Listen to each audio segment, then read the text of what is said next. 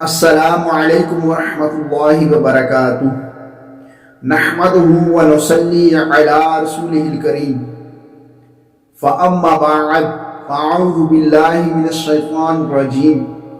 بسم اللہ الرحمن الرحیم۔ میرے بہت ہی پیارے عزیز ساتھیوں، آج ہم ایک اور عجائب القرآن کے اندر قرآنی واقعہ سننے کی سعادت حاصل کریں گے۔ یہ واقعہ حضرت حزقیل علیہ السلام کا ہے۔ حضرت حزقیل علیہ السلام حضرت موسیٰ علیہ السلام کے خلیفہ ہوئے، ان کے بعد انہیں نبوت ملی۔ یہ حضرت موسیٰ علیہ السلام کے جانشین اور نبی ہوئے۔ آپ علیہ السلام کا لقب ابن عجوز، ابن عجوز کا مطلب ہے کہ بڑھیا کے بیٹے۔ یہ اس لیے لقب آپ کو ملا کہ آپ جب دنیا میں تشریف لائے تو آپ کی والدہ محترمہ بہت، ان کی عمر زیادہ ہو چکی تھی، وہ بوڑھے ہو چکی تھی آپ کی والدہ، اس لیے آپ کو اس لقب سے سرفراز فرمایا گیا، آپ کو یہ لقب ملا۔ اور ایک لقب آپ کو ذوالقفل کے نام سے ملا۔ ذوالقفل یعنی آپ کی زیر پرستی میں، آپ کی کفالت میں 70 انبیاء علیہ السلام جو ہے نا وہ موت سے بچے، موت سے آپ نے بچا لیا۔ یہودیوں نے پروپیگنڈا کیا تھا، آمادہ ہو گئے تھے کہ 70 انبیاء کرام علیہ السلام کو معاذ اللہ شہید کرنے کے لیے، ان کو قتل کرنے کے لیے، تو آپ نے ان 70 انبیاء کرام علیہ السلام کو بھی بچایا، اور خود بھی اللہ کے فضل و کرم اور رحمت سے ان یہودیوں کے تلواروں سے، ان کی تلواروں سے، ان کے جو ہے نا وار سے بچے۔ تو بڑے عرصے تک آپ زندہ رہے اور اپنی قوم کو ہدایت فرماتے رہے۔ اللہ تبارک و تعالیٰ نے آپ کی قوم کا واقعہ پارہ 2 میں کچھ اس طرح ارشاد فرمایا ہے کہ بنی اسرائیل کی ایک جماعت جو حضرت حزقیل علیہ السلام کے شہر میں رہتی تھی، تو ایک دفعہ وہاں پر طاعون کی بیماری پھیل گئی، وبا آ گئی، طاعون کی ایک بیماری تھی، تو اس سے بندے جو ہے وہ مرنے لگے۔ تو آپ کی قوم کے افراد موت کے ڈر سے، انہیں موت کا خوف لاحق ہوا، اور اس ڈر سے، اس خوف کی وجہ سے کہ ہم مر جائیں گے، ہمیں موت آ جائے گی اس طاعون کی بیماری کی وجہ سے، تو انہوں نے کیا کیا کہ وہاں شہر چھوڑا اور جنگل کے اندر جا کر مقیم ہو گئے، جنگل کے اندر جا کر رہنے لگے۔ اب اللہ تبارک و تعالیٰ کو ان کی یہ بات ناپسند ہوئی، اللہ تعالیٰ کو یہ چیز ان کی یہ نافرمانی کرنا، موت کے ڈر سے بھاگ کر اپنا شہر چھوڑ کر جنگل کے اندر مقیم ہو جانا، اللہ تعالیٰ کو سخت ناگوار گزرا، سخت اللہ تعالیٰ کو ناپسند ہوا۔ تو اللہ تبارک و تعالیٰ نے ان کو نافرمانی کی وجہ سے، موت کے خوف سے بھاگ کر دوسری جگہ میں چلے جانے کی وجہ سے، اللہ تبارک و تعالیٰ نے عذاب دینے کے لیے ایک فرشتہ جنگل میں بھیج دیا۔ اس فرشتے نے پہاڑ کی اوڑ میں، پہاڑ کے پیچھے ہو کر ایک خوفناک اور ہیبت ناک بھیانک آواز لگائی، چیخ ماری۔ تو چیخ مارنے کے بعد ساتھ ہی اس نے کہہ دیا کہ مر جاؤ تم سب۔ یہ جیسے ہی یہ بات ان کے کانوں میں پڑی، چیخ بھیانک اور خوفناک چیخ کی آواز آئی، تو وہ سب کے سب اسی وقت مر گئے۔ ان کی تعداد 70,000 بتائی جاتی ہے۔ ان کی لاشوں کی تعداد، ان مردوں کی تعداد اتنی زیادہ تھی کہ جو پیچھے بچ گئے ان کو نہ کفن دے سکے نہ دفن کر سکے، تو ان کو اسی طرح بغیر کفن کے، بغیر دفن کیے ایک میدان کے اندر چھوڑ دیا۔ وہ 8 دن تک وہ لاشیں وہاں پر سڑتی رہی، بو پیدا ہو گئی۔ پھر کچھ وہاں کے جو افراد تھے، انسان تھے، انہوں نے کیا کیا کہ کچھ رحم کھا کر ان پر، وہ جتنا میدان تھا اس میدان کے ارد گرد وہ دیوار کھڑی کر دی تاکہ درندے جانور ان کو نقصان نہ پہنچائیں ان لاشوں کو۔ ایک دفعہ حضرت حزقیل علیہ السلام کا وہاں سے گزر ہوا، ان کے پاس سے گزر ہوا، تو آپ رحمت اللہ تعالی علیہ نے اپنی قوم کے 70,000 انسانوں کی ناگہانی خوفناک اور بے گور و کفن یعنی بغیر کفن دفن کے لاشوں کی فراوانی کو، اتنی زیادہ لاشوں کو دیکھا تو دیکھ کر آپ رنج و غم آپ کے اندر آ گیا، آپ پریشان ہو گئے، آپ اللہ تعالیٰ کے پاک اور مقدس بارگاہ میں آنکھوں میں آنسو لیے دعا فرمانے لگے، عرض گزار ہونے لگے کہ یا باری تعالیٰ، یہ میری قوم کے افراد جو تیری نافرمانی کی وجہ سے نافرمانی کی انہوں نے، اور یہ غلطی کی کہ شہر کو چھوڑ کر یہ پہاڑ میں آ کر مقیم ہو گئے اور تیرے اس عذاب کے مستحق ہوئے۔ اے میرے اللہ عز و جل، اے میرے رب عز و جل، یہ لوگ میری قوم کے جو لوگ ہیں مجھے ان سے انس تھا، ان سے محبت تھی، اور یہ میرے دکھ سکھ کے ساتھی تھے، میرے غم کے شریک تھے۔ افسوس کہ میری قوم ہلاک ہو گئی، میری قوم ختم ہو گئی، میں اکیلا رہ گیا، تنہا رہ گیا۔ اے میرے رب عز و جل، یہ میری قوم تھی، یہ میری قوم تیری حمد کیا کرتی تھی، یہ میری قوم تیری توحید بیان کیا کرتی تھی، توحید کا اعلان کیا کرتی تھی، اور تیری کبریائی کے خطبے پڑھا کرتی تھی۔ آپ گڑ گڑا کر رنج و غم سے اللہ تعالیٰ کی پاک اور مقدس بارگاہ میں سوزے دل کے ساتھ دعا میں مشغول ہیں کہ اچانک اللہ تعالیٰ نے آپ پر وحی فرمائی، وحی اتاری اور حکم ارشاد فرمایا کہ اے حزقیل علیہ السلام، آپ ان بکھری ہوئی لاشوں کو ان بکھری ہوئی ہڈیوں سے فرما دیجئے، ان بکھری ہوئی ہڈیوں سے فرما دیجئے کہ اے ہڈیوں، بے شک اللہ عز و جل تم کو حکم فرماتا ہے کہ تم اکٹھا ہو جاؤ۔ آپ کا یہ فرمانا تھا، تو وہ سب کی سب جو ہڈیاں تھی وہ ایک جگہ پر اکٹھی ہو گئی۔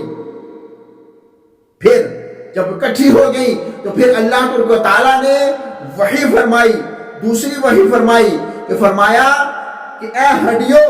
تم کو اللہ عز و جل یہ حکم دیتا ہے کہ تم گوشت پہن لو، تم پر گوشت آ جائے، یہ اللہ کا حکم ہے۔ جیسے ہی یہ حکم ہوا، جیسے ہی انہوں نے یہ بات کہی تو دیکھتے ہی دیکھتے ان ہڈیوں پر گوشت آنے لگ گیا، اور یہ سنتے ہی کلام کو فوراً ہڈیوں کے ڈھانچے تھے، جو ڈھانچے تھے ہڈیوں کے جو اکٹھے ہوئے تھے، جو اکٹھے ہو کر ہڈیوں کے ڈھانچے بنے تھے، ان ڈھانچوں پر اللہ تعالیٰ کے حکم سے گوشت آنے لگ گیا۔ دیکھتے ہی دیکھتے وہ گوشت بن کر مکمل ہو گئی۔ پھر تیسری وحی اللہ تعالیٰ نے ارشاد فرمایا کہ اے مردو، خدا کے حکم سے تم سب اٹھ کر کھڑے ہو جاؤ۔ یہ تیسری وحی آئی۔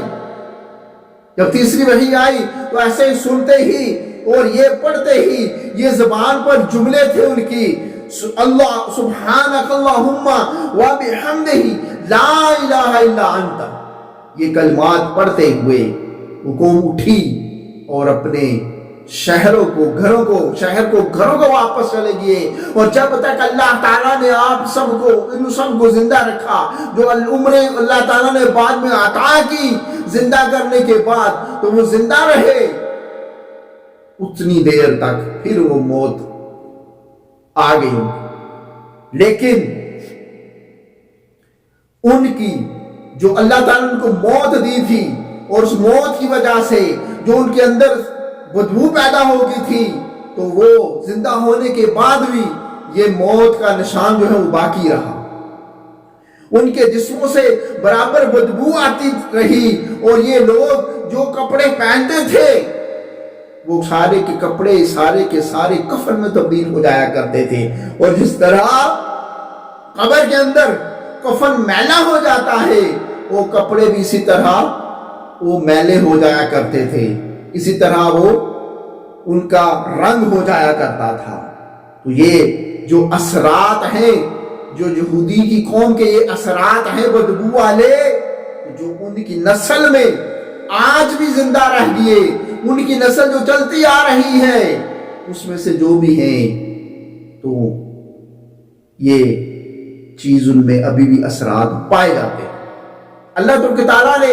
اس واقعے کو قرآن پاک میں سورۃ بقرہ کے اندر ارشاد فرمایا، ترجمہ کنز ایمان شریف پارہ 2 میں، کہ اے محبوب، کیا تم نے نہ دیکھا تھا کہ جو اپنے گھروں سے نکلے اور وہ ہزاروں تھے موت کے ڈر سے، اللہ عز و جل نے ان سے فرمایا مر جاؤ،